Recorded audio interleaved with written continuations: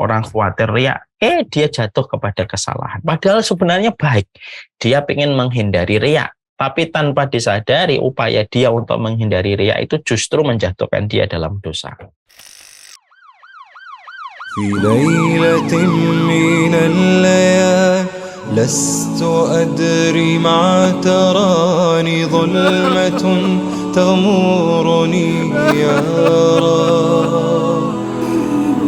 الأرض ضاقت والسماء وقلبي ما عرف الضياء والدمع بات يبكي يا إلهي يا إلهي يا إلهي يا إلهي يا إلهي.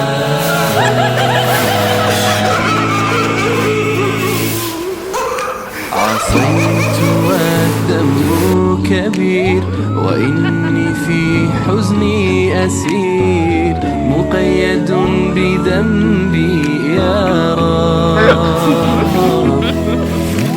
فهل أستحق يا إلهي العفو مجرما مقر بالذنوب يا إلهي يا إلهي يا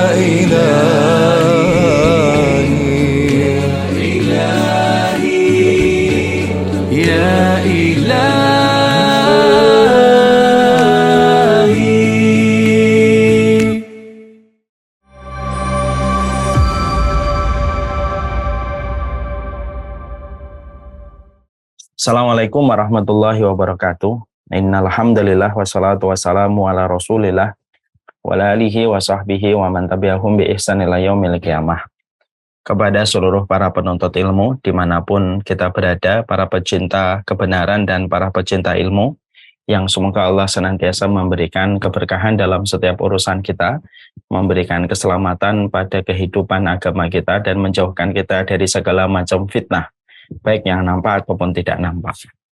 Alhamdulillah, tentunya senantiasa kita bersyukur kepada Allah atas seluruh nikmat yang Allah berikan pada kehidupan kita. Kalaulah kita merenungkan betapa besarnya nikmat yang Allah telah berikan pada kehidupan kita, maka tentunya kita akan paham betul betapa besarnya Allah sudah memberikan kebaikan kepada kita, dan tidak ada yang kita ragukan dan tidak ada yang kita takutkan. Tidak ada pola yang kita khawatirkan di masa mendatang ketika kita sudah merenungkan betapa berlimpahnya kita selama ini dengan semua kebaikan yang Allah berikan pada kehidupan kita.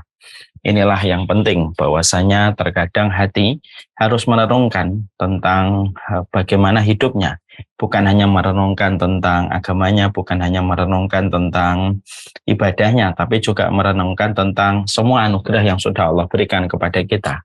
Tidak ada satu hari, tidak ada satu detik bahkan tidak ada satu detik yang kita lewati kecuali di situ ada ribuan anugerah kebaikan yang Allah berikan kepada kita.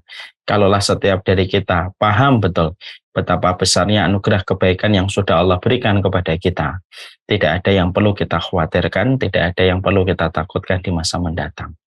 Semoga kita mampu bersyukur, dan salah satu makna bersyukur menghadirkan makna terhadap setiap karunia dan anugerah yang sudah begitu banyak Allah berikan pada kehidupan ini.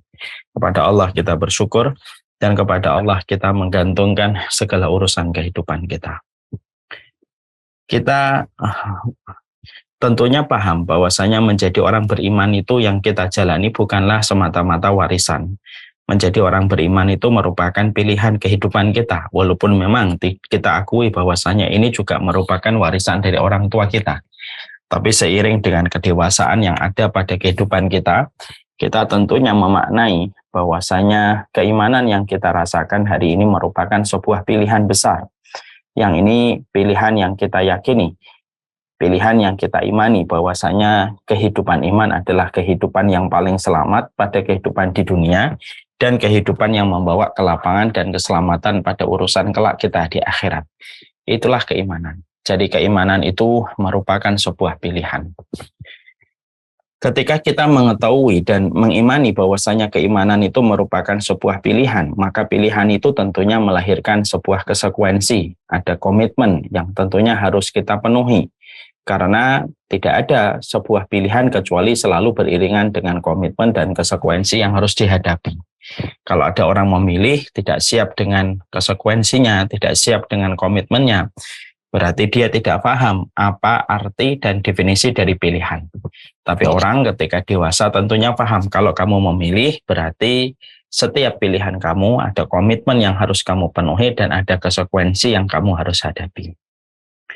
Maka sama ketika keimanan ini kita pilih menjadi jalan keselamatan pada kehidupan di dunia, tentunya ada sebuah komitmen yang tentunya harus kita penuhi, dan di antara komitmen itu bukan hanya melulu tentang ibadah, bukan hanya melulu tentang ketaatan, bukan hanya melulu tentang sunnah apa yang kita lakukan di dalam memenuhi komponen keimanan yang telah kita pilih.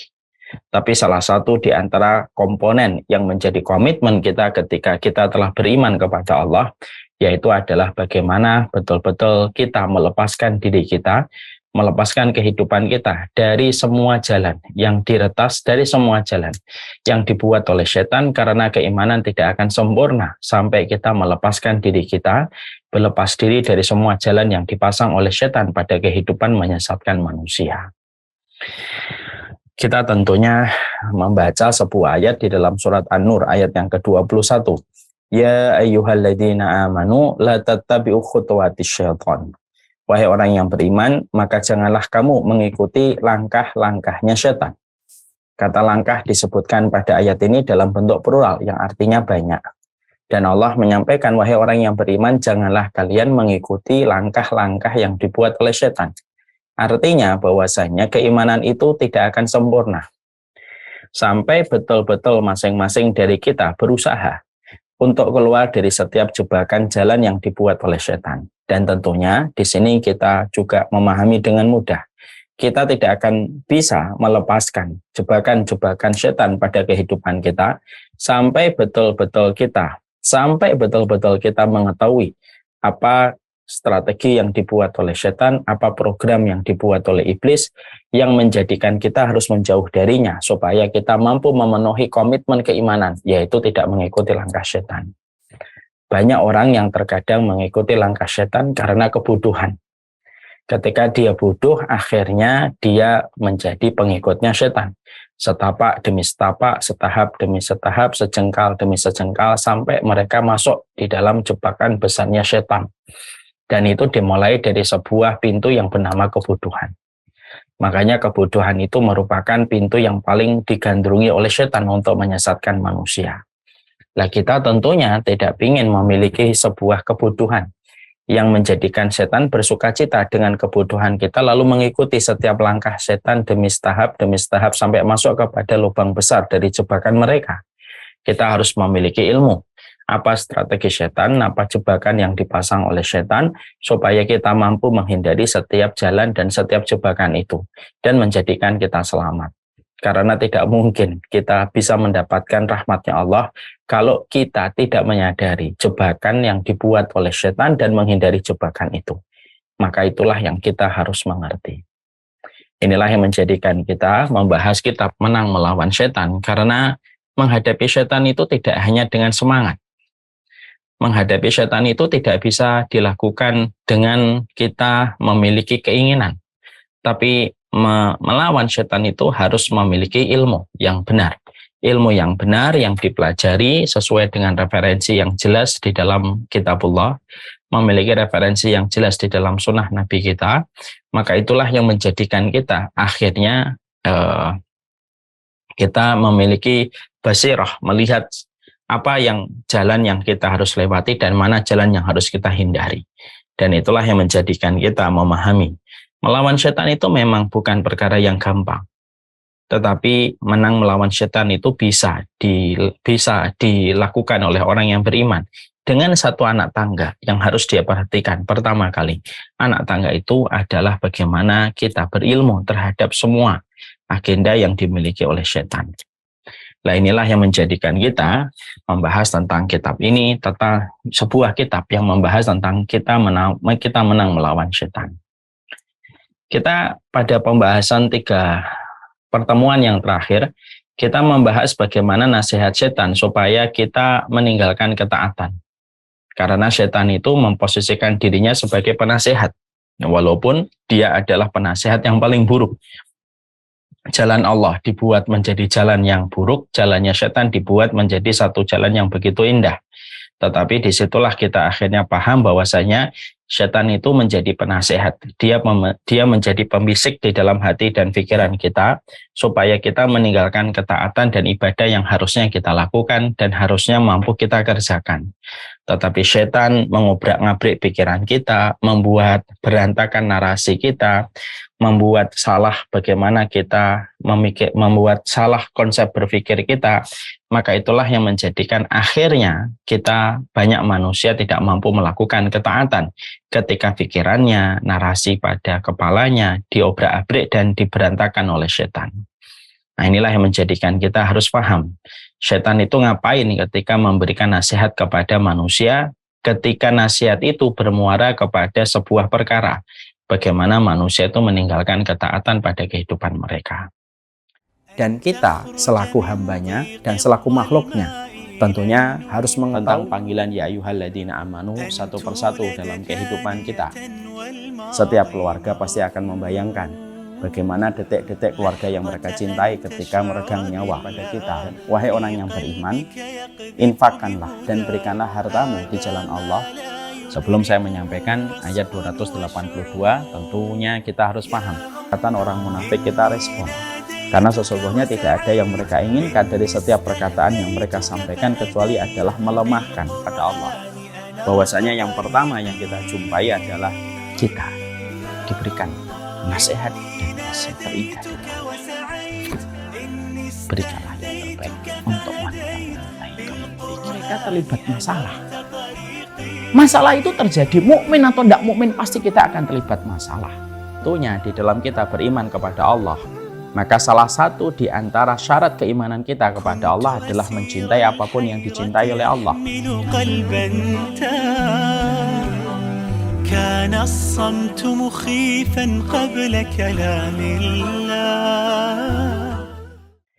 Kemarin kita sudah membahas bahwasanya setan itu sejatinya selalu menasihati manusia untuk meninggalkan ketaatan. Terkadang setan itu akan menasihati manusia supaya mereka zalal. Zalal itu adalah tergelincir setelah mereka istiqomah di dalam ibadah. Banyak orang yang mereka sudah berjalan di atas jalan hijrah lalu akhirnya tergelincir kembali. Mereka terkena perangkap setan yang bernama zalal. Zalal itu tergelincir setelah dia berjalan pada jalan yang benar.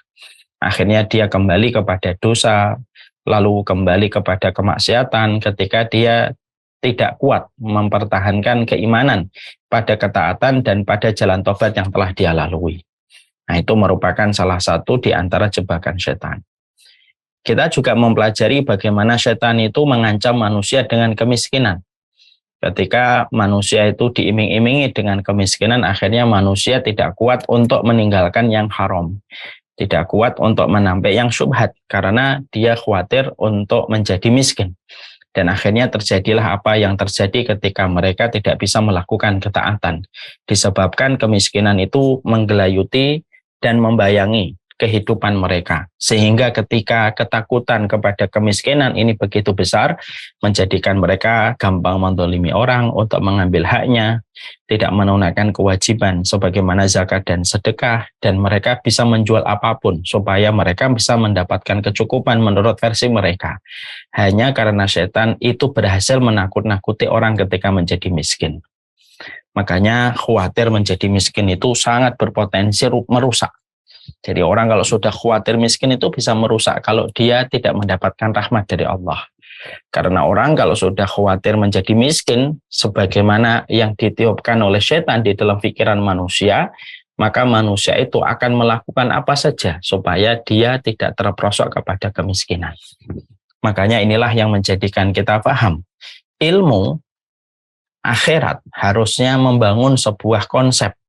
Bagaimana setiap orang itu harus siap ketika kaya dan harus siap menjadi miskin. ilmu akhirat itu tidak pernah menjamin bahwasanya seseorang itu harus kaya, karena memang tidak mungkin kita ini kaya. Semuanya itu tidak mungkin.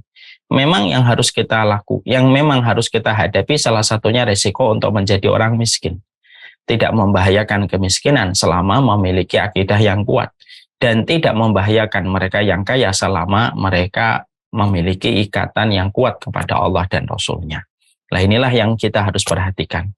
Bagaimana manusia ketika manusia itu mereka dibayang-bayangi dengan kemiskinan, lahirlah berbagai macam penyimpangan, melampaui batas, disebabkan ketika seseorang itu khawatir dirinya menjadi miskin. Padahal yang miskin belum tentu kurang, yang kaya belum tentu cukup. Ini dua pintu yang dilakukan nasihatnya oleh setan untuk menyesatkan manusia dan menahan manusia dari sebuah pintu ketaatan dan pintu ibadah kepada Allah Subhanahu wa Ta'ala. Sekarang mari kita bahas yang ketiga. Setan itu ketika menggoda manusia itu salah satunya adalah menggoda manusia bahwasanya manusia itu khawatir terhadap riya. Tentunya kita paham betul bahwasanya riya merupakan satu perkara yang kita juga khawatirkan bisa menimpa kepada setiap manusia yang beribadah kepada Allah. Khawatirnya adalah riya. Bahkan kita juga mengetahui bahwasanya pertama kali orang yang dimasukkan ke neraka ketika mereka riya pada kehidupan di dunia, pada amal yang mereka lakukan.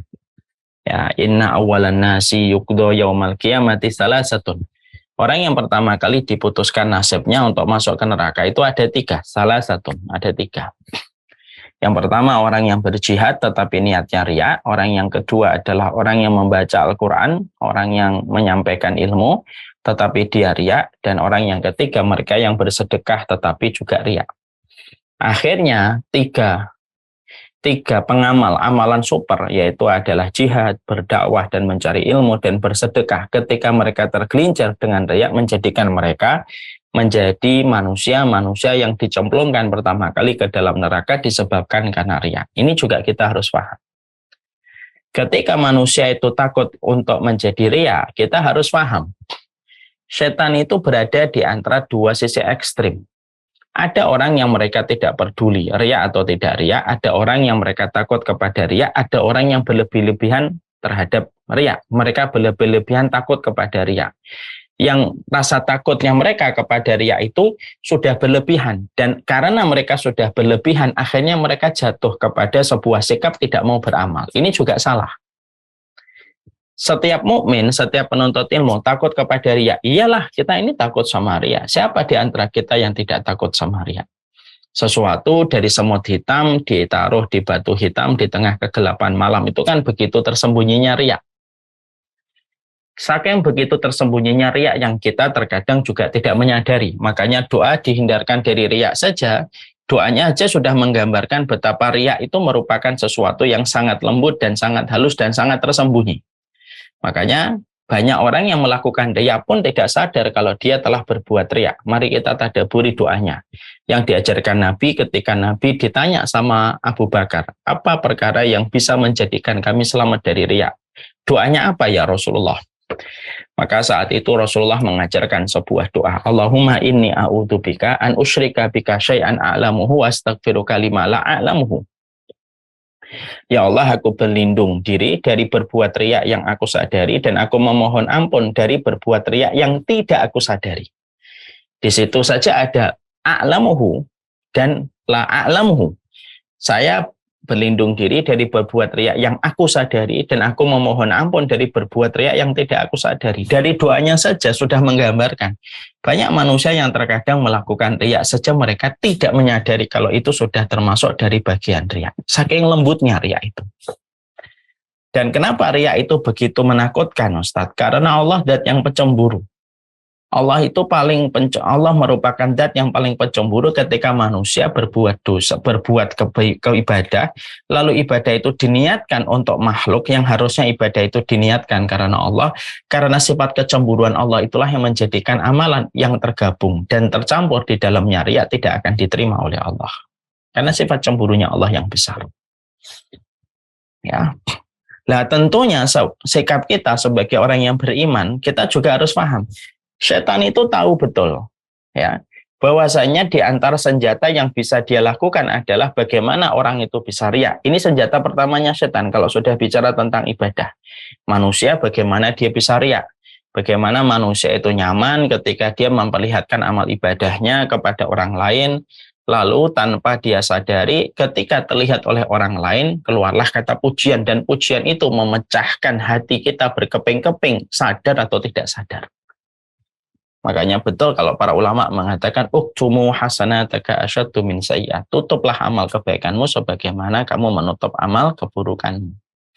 Walaupun para ulama juga membolehkan memperlihatkan amal ketika bisa menjadi contoh, tapi seluruh ulama sepakat menyembunyikan amal lebih baik. Menyembunyikan amal itu lebih baik. Karena apa? Karena hati manusia terlalu rapuh ketika amalnya diketahui banyak orang dan akhirnya mengundang decak kagum dan pujian. Di mana decak kagum dan pujian itu bisa menjadikan hancur luluh lantak semua yang telah kita lakukan dan telah kita kerjakan. Ya. Maka setan itu pertama kali menjadikan manusia itu bisa riya dengan apa yang dia perbuat. Setan akan mendorong kita untuk memperlihatkan, setan akan mendorong kita merasa puas ketika amal yang kita kerjakan dilihat banyak orang. Setan akan mendorong kita merasa sedih ketika amal perbuatan dan ibadah kita tidak dilihat orang dan tidak direspon orang. Setan akan membuat kita merasa senang ketika amal kita lalu mendatangkan dan mengalirkan pujian orang kepada kita. Itulah yang dibuat oleh setan. Tanpa kita sadari begitu lembutnya masuk kepada hati kita. Lalu membuat seseorang mereka terjatuh kepada riya. Terjatuh kepada riya yang menjadikan dia senang ketika amal itu dipuji, membuatnya bangga, dan pujian itu menjadikan dia terperosok kepada pusaran yang bernama riya. Itu yang ingin dilakukan setan pertama kali. Makanya Masya Allah hati-hati terhadap pujian. Dan kita sebagai penuntut ilmu, saya menyampaikan, kita sebagai penuntut ilmu, jangan sering-sering muji orang. Kalaupun kita pengen memuji orang, pujilah mereka di belakang kita. Pujilah mereka di dalam doa. Pujilah mereka di belakang mereka. Itu lebih baik. Memuji seseorang di depan orang langsung itu berpotensi besar. Kamu merusak amal yang dia kerjakan. Karena pada dasarnya nggak usah dipuji pun dia sudah berjibaku begitu berat untuk melihat bagaimana keikhlasan amal yang dia perbuat. Apalagi ditambah dipuji. Kalau kita mencintai saudara kita dengan benar, kita tahu hati kita yang lemah sama dengan hati saudara kita itu juga lemah. Jangan dipuji di depannya. Ya, makanya saya kalau apapun itu entah memiliki keluarga yang baik dan lain sebagainya, saya sering menyembunyikan. Karena apa? Karena saya tahu beratnya menjaga niat di dalam hati itu, tahu beratnya. Tidak menyebutkan kebaikannya di depan orang banyak. Kenapa saya tidak menyebutkan kebaikannya di depan orang banyak? Ya karena saya tahu bahwasanya beratnya menjaga hati. Berat sekali menjaga hati itu berat. Mungkin ada yang tidak paham terhadap apa yang saya pilih dalam pilihan semacam ini. Tapi insya Allah satu waktu di akhirat dia akan menyadari. Menyembunyikan sebuah pujian itu kepada orang yang kita cinta itu jauh lebih baik daripada kita memperlihatkan secara terang-terangan pujian itu. Karena kita ingin mencintai orang yang kita cintai dan menjaga amalnya supaya dia panen dengan amal itu nanti pada waktu hari kiamat. Ya ilahal wujud qad sa'imtul. Jauhkanlah orang ini dari neraka ya Allah. Ketika pandangan, maka sesungguhnya Al-Quran itu memetakan orang-orang yang mereka tidak pernah ingat. Mereka rela terstruktur, terevaluasi di dalam proses mereka belajar peristiwa. Yang mana peristiwa itu Satin orang, maka kelak pada kehidupan di akhirat, mereka nanti lapor hisab kemudian mulai dilakukan. Maka ketika hisab itu sudah mulai dijalankan, tapi mereka tidak jahat, mereka tidak mendolimi. Tidak ada orang yang kebingungan dalam kehidupan di akhirat, kecuali kebingungan tidak pernah punya istri dan Allah tidak punya anak. Allah nanya kepada orang Nasr, yang satunya tidak mau masuk lagi ke lubang itu. Semacam itu. Ketika sudah bicara tentang bagaimana apinya itu berisi di dalamnya air, dan mereka menyangka bahwasanya mereka akan diberikan kesegaran sejenak. فحملت الهدى صادقا في المدى. Ya. Makanya kembali ke tadi, riya itu perkara yang Masya Allah, betul-betul lembut. Banyak di antara kita yang terkadang tidak merasa kalau kita sudah masuk pada pusaran riya. Di mana kalau sudah tersakiti dengan riya, tidak ada hajat bagi Allah untuk menerima amalan itu di sisinya. Karena apa? Sifat pecemburunya Allah menjadikan Allah tidak ada hajat kepada manusia yang melakukan amalan itu riya. Ditolak sama Allah. Ditolak sama Allah. Tapi ketika manusia itu, di satu sisi ada manusia yang takut. Ada manusia yang sudah mulai menyadari. Ini riya nih. Maka setan pun tidak langsung menyerah. Setan akan berusaha. Kalau ada orang yang sudah menyadari tentang bahayanya riya, betapa mengerikannya riya, dan betapa dahsyatnya kerusakan yang ditimbulkan dari penyakit hati yang bernama riya. Kalau ada manusia yang sudah menyadari itu, maka setan tidak langsung, wah saya kalah sama orang ini. Enggak. Setan akan berusaha betul supaya ketakutan dia kepada riya menyimpang. Gimana ketakutan kepada riya? Ada orang yang takut kepada riya, sikapnya benar. Tapi ada orang yang takut kepada riya, sikapnya menyimpang. Orang yang takut kepada riya, ketika sikapnya itu benar, maka dia takut kepada riya dan memberikan terapi kepada hatinya supaya hatinya tidak tersakiti dengan riya dengan cara yang benar. Ya, dan itu seharusnya yang dilakukan oleh para penuntut ilmu. Dia berinteraksi dengan ibadahnya, ketaatannya, khawatir dan takut terhadap riya. Ketika khawatir dan takut kepada riya, maka kekhawatiran dan ketakutan dia kepada riya menjadikan dia betul-betul bersikap dengan sikap yang benar dan tidak terjatuh kepada sikap ekstrim di dalam menyikapi riya. Karena sikap ekstrim menyikapi riya itu hanya menimbulkan sifat penyimpangan yang tanpa disadari oleh orang itu. Itulah setan. Setan itu pintarnya kayak gitu. Ada orang takut ini, lalu dibuatlah dia menghindari perkara itu, tetapi ekstrim. Akhirnya terjadilah ekstrim berikutnya. Contoh nih. Ya. Contoh, kita lihat bahwasanya ketika terjadinya masa-masa fitnah Ali bin Abi Thalib radhiyallahu anhu. Ada kelompok yang mereka mengkafirkan Ali radhiyallahu anhu, sahabat Rasulullah yang tentunya sangat kita cintai. Karena beliau adalah penduduk surga. Ada yang mengkafirkan Ali, makanya yang membunuh Ali itu adalah kelompok Khawarij, yaitu adalah Abdurrahman bin Muljam. Dia menganggap Ali bin Abi Thalib telah menjadi kafir. Semangatnya mengkafirkan orang begitu besar sampai seorang sahabat surga, seorang penduduk surga yang sudah dinobatkan oleh Nabi sebagai penduduk surga pun tidak lepas dari vonis yang keluar dari lisannya ketika dia mengkafirkan. Ketika ada kelompok yang mengkafirkan ini, muncullah kelompok pembanding, yaitu kelompok Syiah atau Rafidhah, yang mana mereka berlebih-lebihan ketika menyikapi Ali. Bahkan menempatkan Ali dengan posisi dan kedudukan yang melampaui batasan yang disampaikan oleh Rasulullah.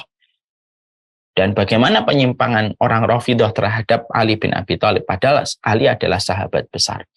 Inilah yang kita paham, bahwasanya setan itu kalau mendapati ada sebuah penyimpangan, lalu ada orang yang takut dengan penyimpangan itu, lalu mereka terjatuh kepada titik ekstrim berikutnya, tanpa mereka sadari bahwasanya sikap mereka ketika ketakutan secara ekstrim itu justru menimbulkan dosa lagi di titik yang lainnya. Ada Qadariyah, ada Jabariyah. Qadariyah itu mengatakan bahwasanya Allah itu tidak tahu apa yang dilakukan oleh manusia sampai manusia itu melakukan. Itu orang Qadariyah. Jadi Allah itu tidak ngerti takdirnya manusia itu apa sampai manusia sendiri yang melakukannya. Kan itu mustahil ya. Gimana Allah tidak tahu bahwasanya Allah itu Maha Alim? Allah itu tahu. Ketika munculnya Qadariyah, muncullah Jabariyah. Yang mereka mengatakan, oh enggak kayak gitu. Oh manusia itu sudah kayak robot karena semuanya sudah ditentukan oleh Allah. Manusia tinggal ngikutin aturan yang dibuat oleh Allah itu. Jadi manusia itu sudah kayak robot yang dipantau langsung oleh Allah. Muncullah Jabariyah. Titik ekstrim itu selalu memunculkan titik ekstrim.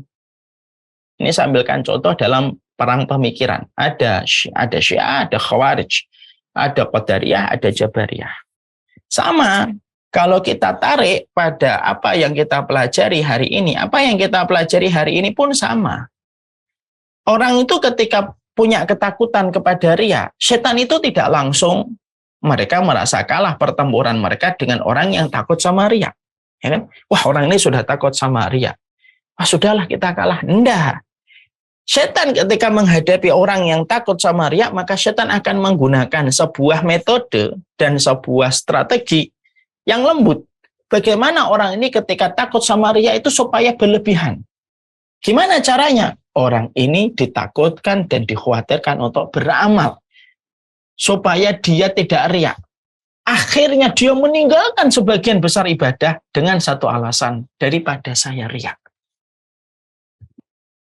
Akhirnya apa? Akhirnya dia meninggalkan ibadah.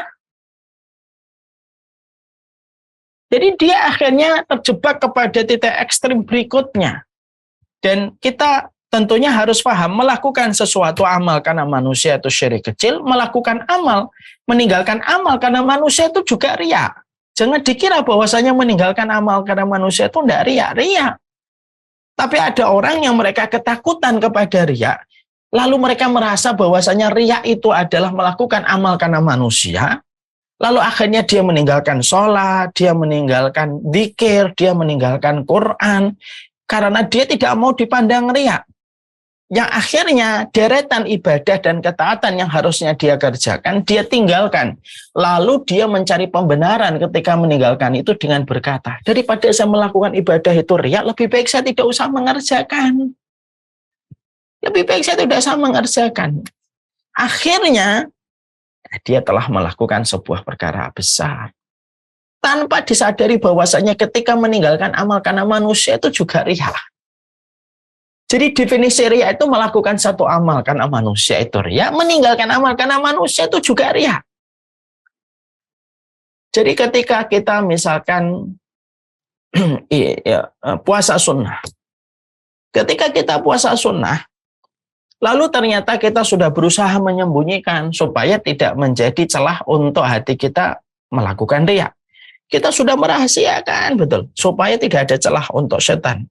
Dan tidak ada celah riya masuk pada hati kita. Qadarullah, tiba-tiba ada yang tahu kalau kita puasa. Lalu orang itu berkata, wah Masya Allah ya kamu puasa, walaupun kamu sembunyikan, akhirnya saya tahu bahwasanya kamu itu puasa. Maka lalu orang itu akhirnya hari berikutnya tidak mau puasa lagi. Dia berkata, kemarin saya puasa ketahuan, saya berat banget menjaga hati. Udahlah saya sekarang tidak usah puasa daripada saya nanti setiap hari harus bergumul hati untuk menjaga hati dari riya. Itu salah. Kamu tinggalkan amal, kamu melakukan amal karena manusia itu adalah riya. Kamu meninggalkan amal karena manusia itu pun juga merupakan bagian dari riya. Dan itu kita harus betul-betul waspada pada keduanya. Terus bagaimana Ustadz? Supaya kita mampu mematahkan panah beracunnya setan ketika menunggangi pada amal yang kita lakukan dengan riya ketika melakukan sesuatu dan meninggalkan sesuatu karena manusia. Gimana cara mematahkannya? Jadi cara kita adalah ketika ketakutan kepada riya sudah mulai tumbuh pada hati kita, bersyukurlah kepada Allah. Banyaklah berdoa kepada Allah. Allahumma inni a'udzubika an usyrika bika syai'an a'lamu wa astaghfiruka lima la a'lamu. Ya Allah, aku berlindung diri dari berbuat riya yang aku ketahui dan aku memohon ampun dari berbuat riya yang tidak aku sadari. Yang ketiga, kita berusaha untuk menyembunyikannya sekuat mampu kita. Yang keempat, ketika kita sudah berusaha untuk menyembunyikan, merahasiakan amal yang telah kita lakukan, karena kita ingin menjadikan amal itu menjadi rutinitas kita di dalam ibadah. Satu waktu tiba-tiba ada orang yang mengetahui amal yang kamu lakukan dan apa yang kamu kerjakan, jangan tinggalkan amal itu, perkuatlah ibadah, perkuatlah doa kamu, tingkatkanlah dialog hati kamu dengan Allah. Ya Allah, amal ini sudah diketahui oleh fulan ya Allah. Dan aku tidak kuasa untuk meninggalkan amal ini ya Allah. Karena aku ingin jadikan amal ini menjadi amalku di hadapan-Mu ya Allah. Maka palingkanlah riak-riak yang ada pada hatiku dan jauhkanlah kesalahan aku di dalam melangkah. Supaya aku tetap bisa beribadah kepada-Mu. Yang dilakukan begitu. Ada fulan pengen sholat di masjid, tahajud. Pengennya sholat tahajudnya di masjid. Malam-malam jam 2 dia pelan-pelan pergi ke masjid. Mungkin pas Ramadan. Ketika pelan-pelan masuk ke masjid jam 1 malam, nah dia merasa tidak ada orang. Ketika dia hidupkan masjid, ceklek, ternyata sudah banyak orang di dalam masjid. Ternyata mereka juga sholat tahajud sebagaimana niat dia. Maka kalau kayak gitu, jangan, sudahlah pulang. Daripada nanti saya ketahuan, jangan pulang. Tetap masuk masjid. Sembari kamu perkuat doamu kepada Allah. Bahwasanya kamu meminta kepadanya, bahwasanya amal ini betul-betul engkau inginkan hanya untuk Allah semata. Dan itu yang harusnya kita kerjakan. Jadi, kalaulah setiap manusia akhirnya dengan atas nama ketakutan kepada riya, dia tidak beramal, maka amal apa yang tersisa yang dikerjakan manusia? Nggak ada lagi yang dikerjakan manusia. Maka teruslah tetap beribadah, tetap beribadah, tetap beribadah. Kalaupun kamu khawatir riya, mintalah tolong sama Allah. Supaya engkau diberikan kekuatan hati, keteguhan jiwa, supaya mempertahankan ibadah itu semata-mata karenanya. Semata. Dan itulah yang akan menjadi sebab keberkahan dari amal yang kita kerjakan.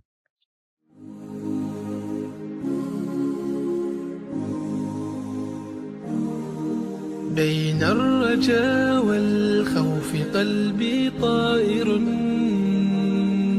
ومن اليقين النور بيض جوانحي فوق السحاب يطير حرا مدركا نسمو كماله للكون وجه آخر نحيا أنا صنعة أوجدتها يا باري وملكت فيها معصم الإيمان للحق والعدل التواصي بالجمال عبادة حسن التأمل بالإله وصال كالجمال يرى ويقلب نبعه كالقرب حين دعاء تداعب طفلها وتضمه أملا كما حاجاتنا منا إليك نريد يا الله وضعت لغات الكون تنشر قيمة للحب للإسعاد للتغيير يا رب قربنا وباركنا لنعمل صالحا في يدي رسالة التغيير وضعت لغات الكون تنشر قيمة للحب للسعادة للتغيير يا رب قربنا وباركنا لنعمل صالحا في يدي رسالة التغيير.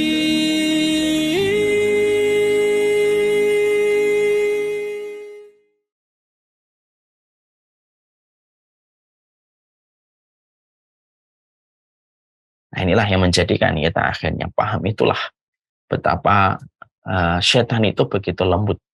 Mereka datang pada satu sisi, kalau ketika sisi ini kita selamat, dia tidak berhenti, setan akan mendatangi sisi yang berikutnya. Kadang-kadang itulah yang dikhawatirkan. Satu titik ekstrim terkadang ada orang yang berlari dari titik ekstrim itu terlalu berlebihan, akhirnya jatuh kepada titik ekstrim berikutnya. Ada orang khawarij, ada orang murjiah.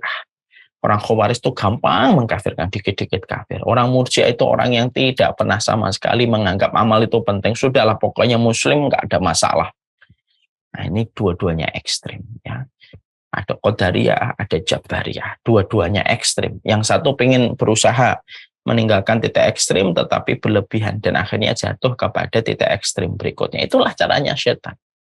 Setan itu tahu bagaimana caranya melebihkan sesuatu, dan perkara yang dilebih-lebihkan itu bisa menjadi salah satu di antara peluru setan untuk menjatuhkan manusia dari ketaatan.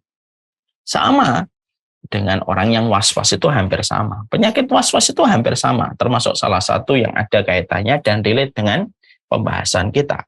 Bahwasanya setan itu terkadang kalau ingin menjadikan manusia itu mereka gagal untuk melakukan ketaatan, kata Imam Ibnu Jauzi dalam kitabnya Talbisu Iblis, maka setan itu akan membuat orang itu was-was. Ini sama dengan orang yang tadi was-was dia riya, akhirnya dia meninggalkan amal. Ada orang yang was-was. Orang yang was-was itu akhirnya mereka pikirannya, akalnya tersita untuk memikirkan sesuatu yang dia merasa was-was di perkara itu. Akhirnya apa? Tanpa dia ngerasa, dia terus melakukan sesuatu untuk memuaskan rasa penasaran pada hatinya dan menghilangkan rasa was-wasnya. Padahal itu tidak hilang-hilang. Dan akhirnya tanpa disadari setan menjadi penasihat buruk dan orang itu akhirnya luput dari berbagai macam kualitas amal disebabkan karena dominan rasa was-was yang ada pada hatinya. Dia tahu nih, misalkan orang yang was-was ya, dia tahu nih di tangannya kena misalkan kotoran dari anaknya. Orang kalau tidak was-was kan simple dan sederhana. Kalau masalah toharoh juga ada kayak gini, ada titik ekstrim, ada yang gampang kan toharoh. Yang mana ketika mereka masalah air seni, masalah tinja, mereka gampang kan. Mereka lupa bahwasanya air seni itu merupakan api neraka. Tinja itu termasuk najis yang harus sangat dihindari kalau kita ingin diterima amal ibadahnya. Ada orang yang meremehkan, tapi ada orang yang berlebih-lebihan. Ketika dia kena najis, dia berusaha untuk membersihkan, terus tanpa disadari pikiran itu menyita pikirannya. Sehingga bagi orang yang melihatnya itu tidak habis pikir, kenapa dia mengulang-ulang itu. Padahal cukup dibersihkan, dikasih sabun, kemudian dia wudhu, selesai. Tapi setan mendatangi dia dengan penyakit was-was. Nah, kita sering jumpai kan, ada orang ketika mereka wudhu. Mereka ulang wudhu 1, 2 kali, 3 kali. Karena merasa was-was, diulang lagi wudhunya. Merasa was-was, diulang lagi wudhunya. Terus gitu tanpa disadari dia telah mengulang wudhu hampir 40 menit. Dan belum beranjak dari tempat wudhunya untuk melaksanakan sholat. Dan itu termasuk salah satu nasihat setan. Nasihat akan membisikkan. Terus tadi masih ada yang kurang, lagi wudhu. Terus tadi ada rukun yang belum sempurna, ulang lagi. Terus tadi ada rukun kaki yang belum sempurna, ulang lagi. Terus saja setan.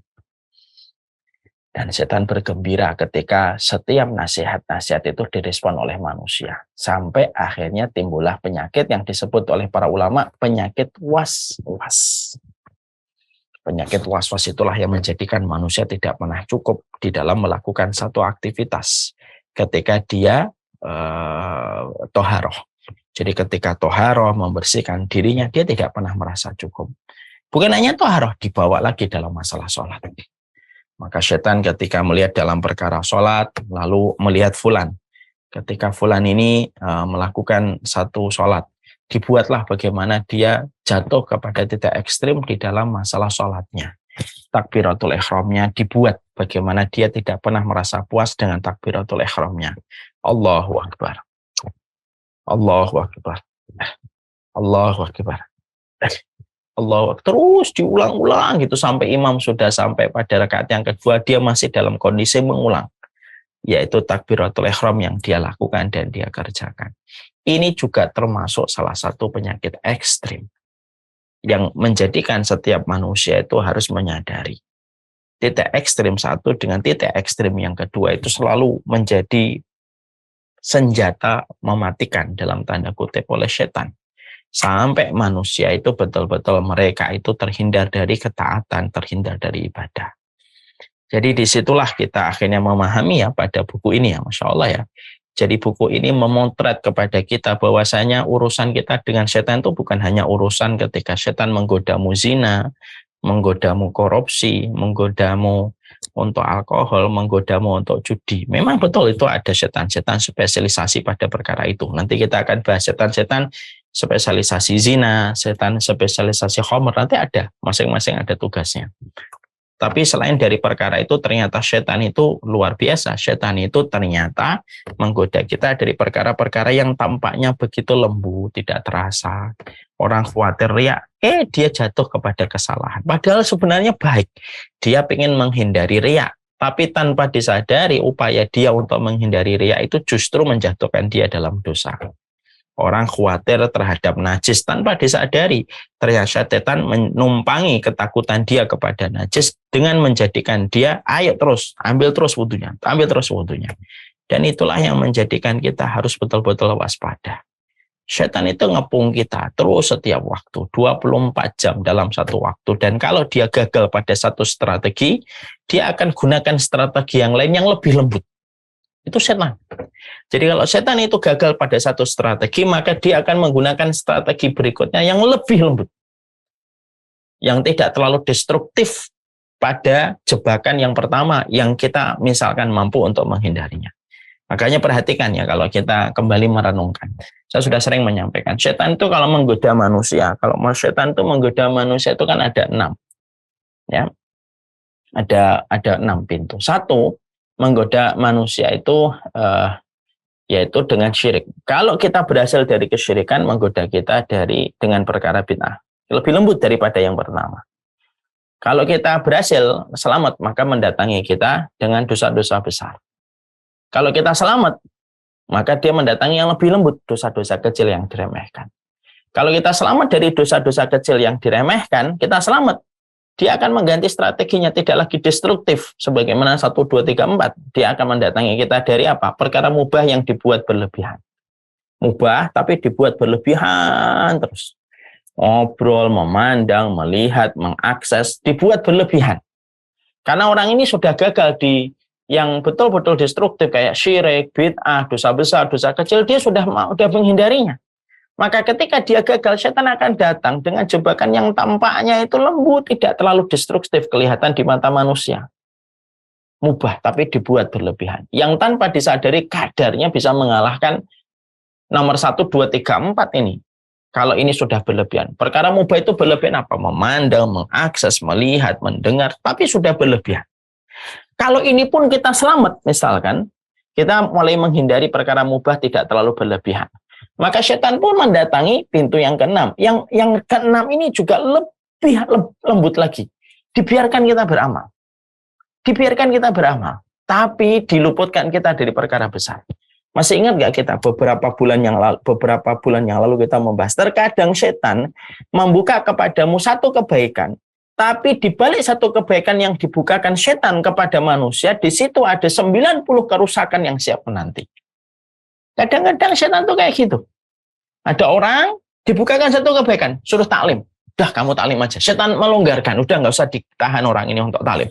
Dibiarkan orang itu taklim. Tapi setelah taklim, digoda dia untuk sombong, ujub, merendahkan orang, menyakitin orang dengan omongannya gara-gara dia merasa sudah paham, sudah berilmu, memvonis orang, menodai kehormatan fulan. Itu sudah disiapkan oleh setan. Setan membuka satu pintu, tetapi dia sudah menyiapkan 90 kerusakan yang menanti. Ibaratnya kayak seorang investor yang ingin menipu. Investor yang pengen menipu modal. Disuruh pemodalnya tanam investasi. Akhirnya apa? Betul, pemodalnya tanam investasi. 1 bulan, 2 bulan, 3 bulan. Dikasih fee. 1 bulan, 50 juta. Dari modal yang ditanamkan 1 miliar. Nih Pak, bulan ini sudah dapat untung sebagaimana yang kami janjikan. 50 juta. Senang pemodalnya. 2, 50 juta lagi 100 juta. 3, 50 juta lagi 150 juta. Setelah itu investornya hilang entah kemana. Dibawa itu semua yang telah ditanam investasinya sebesar 1 miliar itu. Itulah sebagaimana perumpamaan setan kayak gitu. Makanya inilah yang menjadikan kita memahami betul. Inilah setan. Jadi setan itu akan berusaha mendatangi kita. Ketika gagal di satu ini akan datang pintu lagi. Ketika ada orang gagal untuk menjadi khawarij, dijadikan dia murji'ah. Kalau ada orang gagal menjadi qadariyah, dijadikan dia jabariyah. Kalau ada orang gagal supaya dia riya, dijadikan dia meninggalkan amal karena manusia yang sejatinya itu juga riya. Ketika dia gagal digagalkan dari sholat, dijadikan dia was-was ketika dia takbiratul ihram. Itulah setan. Jadi setan itu memang luar biasa di dalam kehidupan manusia ketika mengepung manusia dengan nasihat-nasihat yang buruk. Nah, itulah yang kita harus paham. Jadi setan itu selalu begitu. Ya, kita terkadang tidak menyadari perkara itu. Kadang-kadang ada wanita dia sholat, tapi setelah dia sholat ternyata dengan begitu gampang dia membuat marah suaminya. Yang akhirnya sholatnya itu ketika misalnya diterima sama Allah, maka amal sholatnya dipakai untuk nutupin dosa ketika dia membuat marah suaminya. Ada orang yang terkadang seorang laki-laki merasa sudah bisa kasih nafkah yang baik sama istrinya dan anak-anaknya, tapi akhirnya dia melakukan dosa ketika merasa dia sudah ngasih nafkah kepada keluarganya. Itulah setan. Setan itu selalu tahu cara mendatangi seperti setiap manusia. Gagal di sini, dia akan mendatangi dari sini. Dia gagal di sini, dia akan mendatangkan yang ini. Satu titik ekstrim akan menciptakan titik ekstrim berikutnya. Dan itulah yang harus kita waspadai. Kalau bukan karena Allah, mungkin kita sudah porak-poranda, benteng pertahanan kita oleh setan. Tapi karena Allah itu rahmat, rahim bagi setiap hambanya. Allah turunkan kepada kita Quran, Allah jelaskan kepada kita hadis Nabi, supaya kita paham ini jebakan setan, ini jebakan setan, ini jebakan setan. Dan itulah yang menjadikan kita dengan ilmu. Ilmu adalah sebuah tameng yang menjaga kita dari serangan setan yang datang menderah kepada kita setiap detiknya pada kehidupan kita.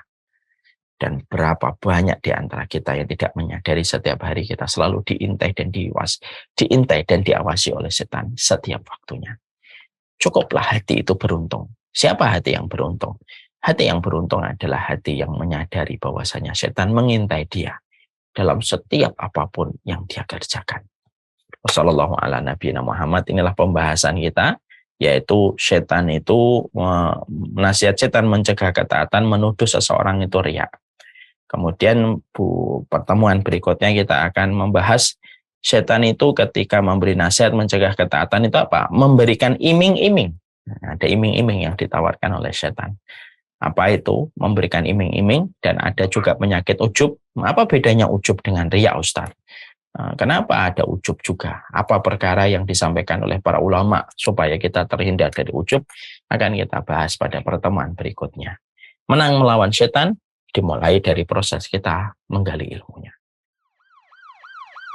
في ليلة من الليالي لست أدري ما تراني ظلمة تغمرني يا رب الأرض ضاقت والسماء وقلبي ما عرف الضياء والدمع بات يبكي يا إلهي يا إلهي يا إلهي يا إلهي يا إلهي